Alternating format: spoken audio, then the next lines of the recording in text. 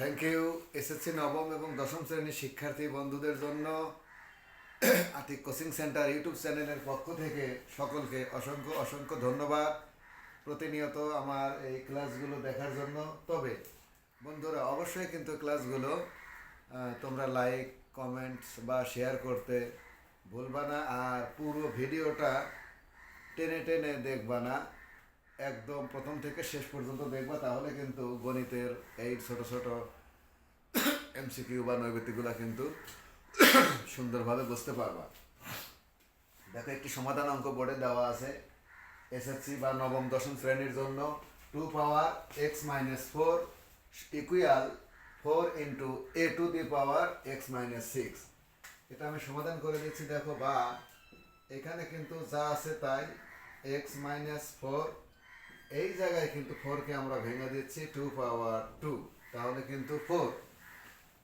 এখানে a to the power x-6 যা আছে তাই। দেখো, এইটা গুণন আছে, এই পাশে আসলে কিন্তু ভাগ হয়ে যাবে, তাহলে কিন্তু আমরা লিখতে পারি 2 পাওয়ার x-4 divided 2 power 2 equal a to the power x-6। এখন দেখো, সূচকের ভাগের বেলায় কিন্তু বিয়োগ হয়, আমরা জানি। এই বেস 2, এই 2, দুটোর ভিতরে কিন্তু একটি 2 নিতে হবে, তাহলে x-4, এই 2 কিন্তু উপরে যা মাইনাস হয়ে গেল, তাহলে a টু দি পাওয়ার কত? x-6। এখন দেখো, এইটুক যোগ বিয়োগ করলে কিন্তু কি হয়?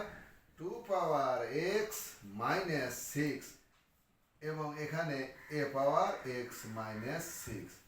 দেখো, উভয় পক্ষের পাওয়ার কিন্তু একই, এই 2 পাওয়ার x-6 আবার কিন্তু a পাওয়ারও x-6, উভয় পক্ষের পাওয়ার একই, তাহলে এইটাকে ওই পাশে দিয়ে আমরা হোল টু দি পাওয়ার করে দিতে পারি। দেখো, বা দিয়ে দিলাম, তাহলে 2 পাওয়ার a দিলাম, বাটা আমরা মুছে একটু এখানে দিব, বা 2 পাওয়ার a দিয়ে হোল টু দি পাওয়ার দিয়ে দিলাম x-6।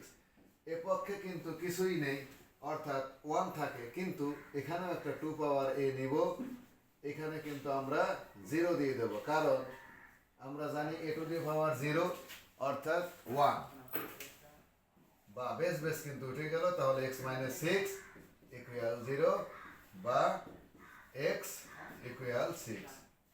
এটা কিন্তু আজকের সমাধান। Thank you.